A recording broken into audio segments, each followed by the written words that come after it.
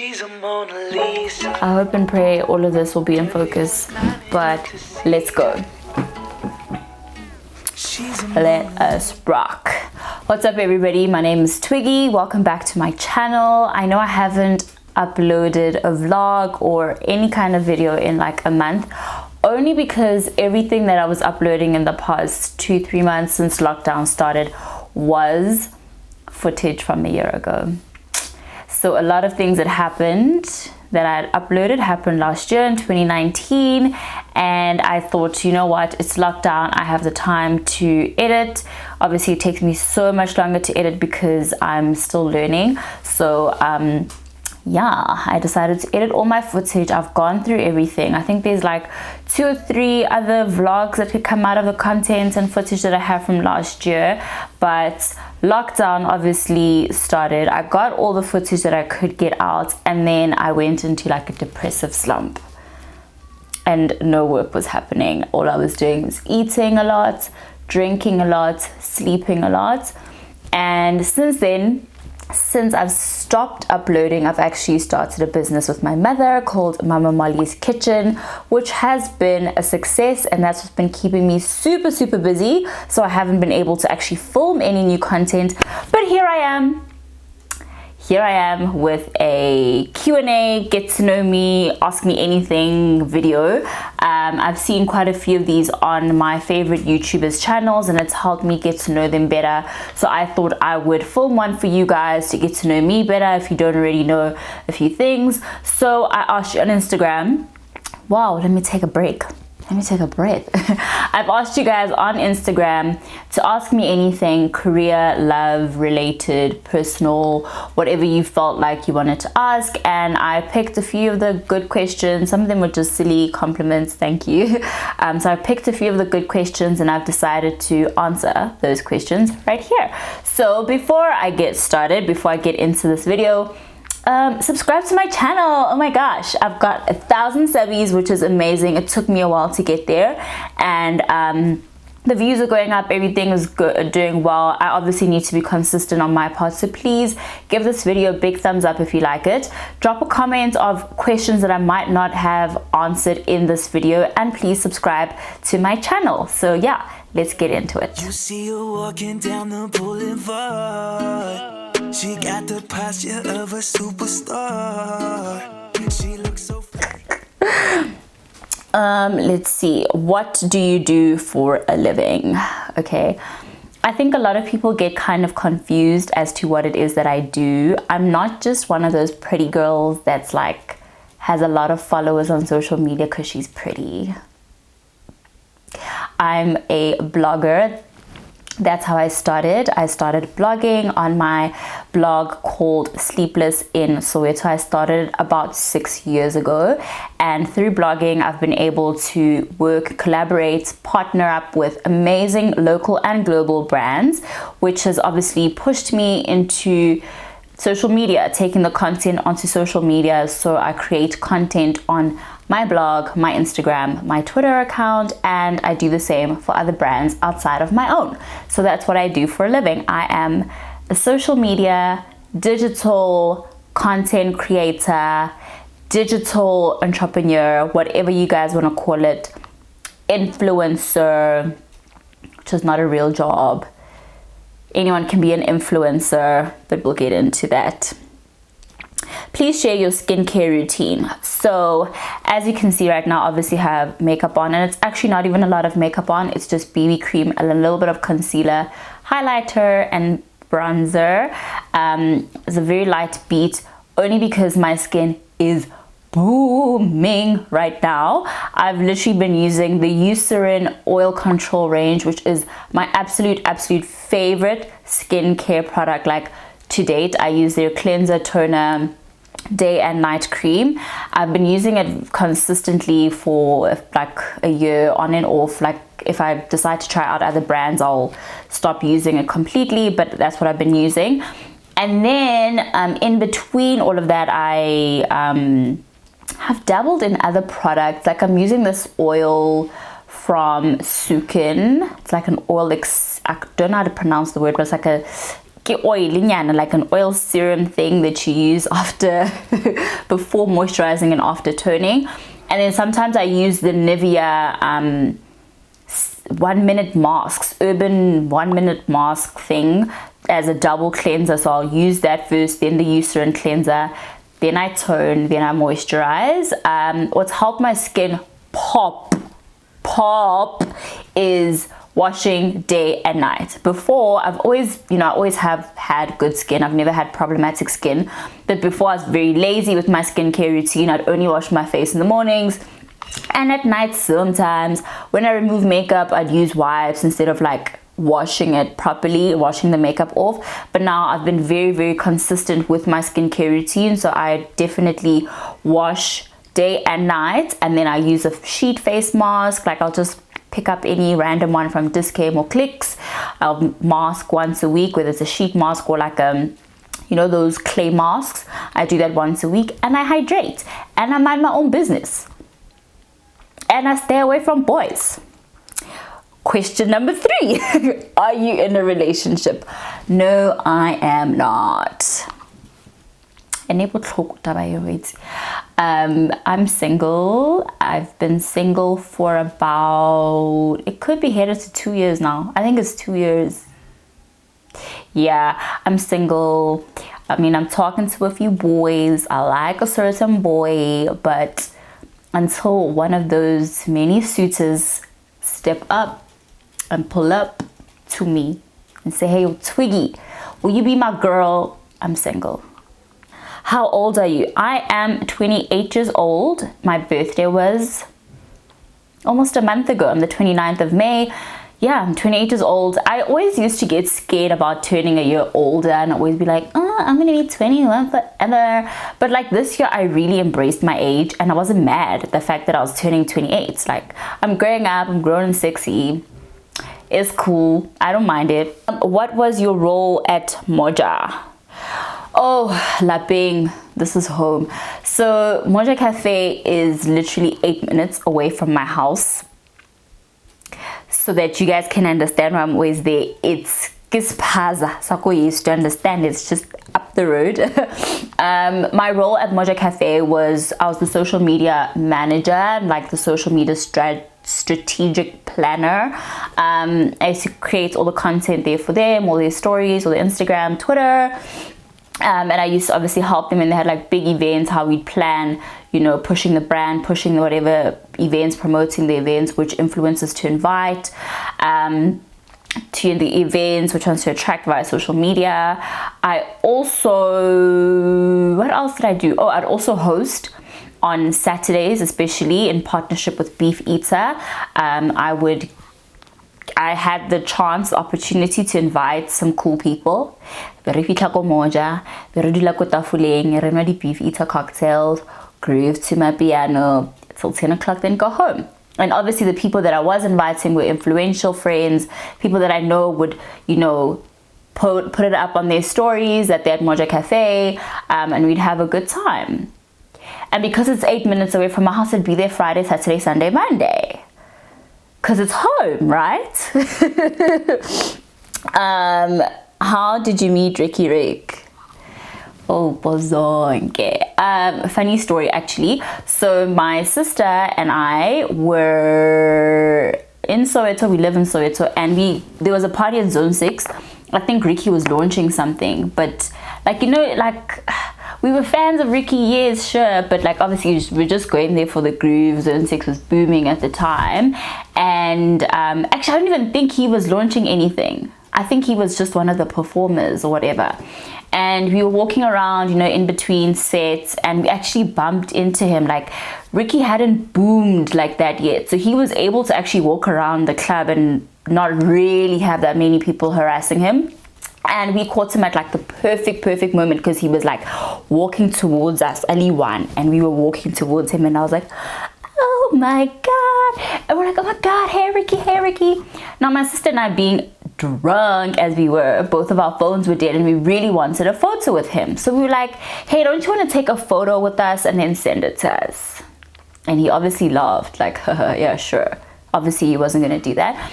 And then me being as drunk as I was like, hey, can I feel your beard? Because I had this obsession with bearded men, and like Ricky is like, boss yama jebe. So I felt his beard and it was soft. Like, you know, you see guys, you think, oh, he's so cute, he's got a nice beard, but they don't look, those beards don't look luxurious and soft. Ricky's beard literally feels like,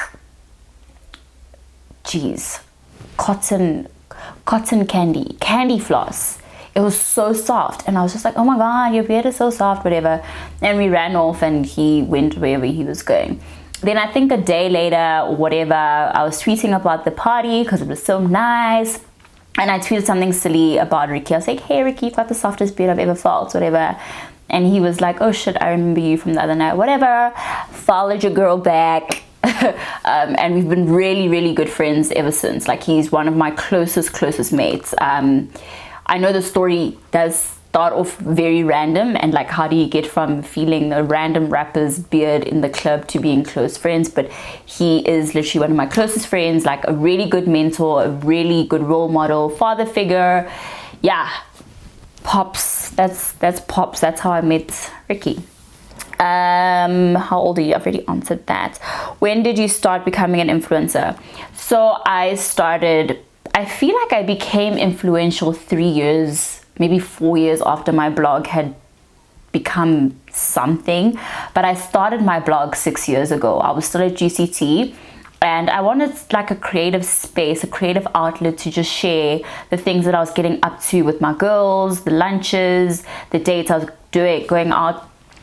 Wow, so what? The dates I was going to with the guy I was dating at the time, the outfits I was wearing to Fashion Week. We used to love going to Fashion Week. So I just wanted a platform where I could share all of this, and I didn't really care if anyone was reading it. It was for myself and to practice my writing and to just, you know, put up a beautiful image, you know. So I started that about 6 years ago, and I was still in varsity. I think I was in 3rd year. So it must have been like 2013. And then, yeah, I think 2014, 2015, the girls started to boom. And then I think, yeah, 2015, that's when I moved back to Johannesburg from Cape Town. That's where I was studying. And that's when I started getting traction from all the brands. I was doing a lot of brand work, being part of their campaigns and being featured in their campaigns. And, you know, Instagram was still fairly new. Blogging was very, very new in South Africa. So, yeah, that's when I think I started. What do you look for in a partner? Whew, that's a very good question, only because it's something I've been thinking about a lot lately. Because like, I'm tired of being single. What do I look for in a partner? As shallow as it's going to sound, you need to be very good looking to be with someone like me. Jokes. I think it's just a personal preference. I really am a sucker for a really, really pretty looking nigga, or a really, really handsome guy. Like, I'm become a gone girl almost instantly. And then if you have that pull-up energy, then kibawes. Pull-up energy is when a man or a woman, ooh, I have pull-up energy as a hun. Pull-up energy is basically when someone comes up to you and they tell you who they are, they tell you what they're about, and they tell you that they want you, and they're going to tell you how they're going to get you, you know, when they're sure of their story. And I think that's the one thing I actually look for in a partner, first and foremost. Pull-up energy. Like, yo, my name is Twiggy, I'm a blogger, I'm a done girl, I live here in Soweto, been seeing you, I think you're cute. What's your number? What's your name? What's your story? I think I need you. Pull up. Pull up on me. That's what I look for in a partner. Beautiful face, pull up energy, brains. You need to be smart. I once bit this dumb nigga. Shit, he was so dumb. Like, he was always just talking like fluff. And I couldn't learn anything from him. And I felt like I was always the one. He couldn't. Let's not get into it, but I really need to be a guy that can stimulate me intellectually, someone that I can learn something from. Like, I'm not saying you need to be like stupid smart, like where you're like Einstein smart, where you and I can't have a conversation, but I need to learn something from you. So if you are a marketing guru and you have a lot of knowledge in that industry, I want to learn from you. If you, like my ex for example, knew a lot about music and hip-hop, I learned so much about that from him. So I need to always be able to learn something from you as much as you're going to learn something from me. And you have to have a kind heart and a big dick and tattoos. Okay, I had to just change positions because I'm filming using natural lighting, using my resources, girl. But anyways, back to more questions. I've got 5 more to go and then we're done. I hope you guys are learning a little bit more about your girl. Next question. What is your favorite animal? Well, my favorite animal has bomb lashes, beige browny chocolatey skin, a long tongue, a long neck, unique body. Okay, I'm being stupid. My favorite animal is 100% a giraffe. I feel like I look like a giraffe. I'm unique. I stand out. I'm tall and lanky and awkward and just beautiful. Beautiful. Love giraffes. They're my spirit animal. I'm petrified of any other creature except for giraffes. I fed giraffes in Kenya, forgot the name of the place, and I was not scared at all, not once. I was not petrified. Whereas right now, nja can come up to me and I'll be like, whoa. I'll be like, whoa. But a giraffe, love them. Love giraffes. How did you get the nickname Twiggy? In primary school, one of my best friends, Ayanda Freund, love her, she used to call me Twiggy because I was so skinny. I was awkwardly skinny. I was like sickly skinny. I had no boobs. Okay, obviously it was primary school. No boobs, no bums, no nothing. Not even a tummy. Not even an arm. I was just this long, lanky, scrawny little child. And I was like that for pretty much the rest of my childhood, teenage years. I only grew into this body literally in matric when I was 18. Then the boobs grew, but then I still didn't have a bum. I don't know where this bum comes from. But yeah, that's how I got the name Twiggy. And obviously with social media, we all needed a handle. Give us a handle, give us something, bubble. So I decided to go with Twiggy Mollison. Mollison is my grandmother's surname. It's a real surname. So yeah, Twiggy Moli for short. But yeah, all my close friends that have known me before the social media fame still call me Tsepi. My full name is Tsepang. So yeah, Tsepi, Twiggy, those are my nicknames. What do you spend your time doing? Before lockdown, Nikerobal, a lot. I would nap like for 3 hours in a day, like from 2 o'clock till 4, till 5. And then from 5 o'clock, the demon wakes up. Wanyana bari, shower, lash, lip gloss, freakum out. Moja Cafe, kiri habli, kiri Corona, kapa, shaza, piano, then sumo, then back home, McDonald's, slumber, repeat, with events in between, with lunches in between, with God, I was so busy. I was so busy before lockdown, before Miss Coco V said, yay, whoa, always slow down. But now I am helping my mom run her business, and I spend a lot of my time going on supply runs, grocery store, butchery, buying all the supplies, fresh ingredients that you guys request with each order that you put in, and then I deliver all the food. And when I do have time like today, I'll film a questions, ask me anything, questions, whatever, or I'll just stay in bed and just catch up on like the Real Housewives of Beverly Hills, darling. Oh my love, watch Kyle and the boys. or I'll FaceTime with the love of my life, or I'll text my best friends. Like, my life has changed drastically. I mean, everybody's lives has, but yeah, I'm not drinking anymore. I haven't smoked hubbly in like 60 days. I don't create content as much as I used to. I feel like my main hustle, which was being a content creator, has now become my side hustle. It's something I do when I have time. Do you have any tattoos? No, I don't, and it makes me so sad. At first I thought I'd be like Kim Kardashian. Oh my gosh, you don't put a bumper stick on a Bentley. But I really want a tattoo, man. Fuck. We're gonna die anyways. Life is too short. I really want like a few small little tattoos, but I'm scared of the pain, and I'm scared that I'll outgrow the tattoos that I want. I might not be obsessed with what I want to get tattooed on me in like 5 years time. So I'm still thinking about it, but I definitely want to get a few tattoos. I've got piercings though. I want more. I want to like cover my ears. I think that's so beautiful. Why the blonde hair? You know, there's actually a story. There's actually a fucking story behind the blonde hair, guys. I didn't just wake up one day and say, oh my god, I saw Twiggy has blonde hair, let me go do it. Oh my god, I saw Amber Rose has blonde hair, let me go do it. In 2015, a scammer person I used to be friends with was the creative something at the summers, and he invited me to come along on the trip, which I really appreciate. That was an amazing experience.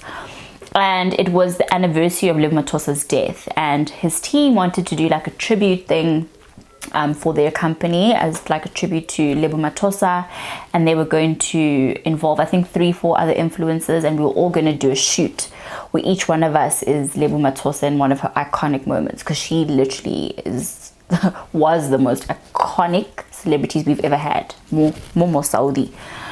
And you know, each girl got like that. You're gonna be Lebo with the braids, with the, you know, the big thick box braids. You're gonna be Lebo with the red wig. You're gonna be Lebo with the blonde peroxide hair. And that was me, because I had short hair at the time, short black hair, high top fade. I'd never done anything risky or wild with my hair. I'd never tried color, and I was scared. I was like, guys, I don't want to do this. I don't want to do this. I don't want to do this. They're like, boy, you're doing it. They booked a session for me at Lajawi, and Lajawi touched my hair for the first time, literally hair god. And yeah, I've been blonde ever since. I've been blonde for 5 years. Can you imagine? Iconic. You think blonde, you think Twiggy. But yeah, I love it. I think I'm definitely going to keep. One of my guys friends asked me earlier, why do you keep doing that to your hair? I'm like, keep doing what? Coloring it. Yeah. Keep brandy or again. Yeah, papa. It's a brand. It's part of Twiggy. What's Twiggy without the blonde hair? That ain't Twiggy. So yeah, I'll probably keep it till I move into the next phase of my life.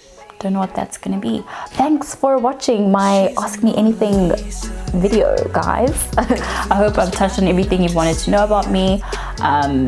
Please drop me more questions if you want to get to know me more, even better than what I've shared. Ask me anything. Love life, career, personal, friendship, I don't know, advice. Ask me anything, and I'll do like a part 2 of this type of video. It's actually really nice to just be chatty and chill and just chat to you guys.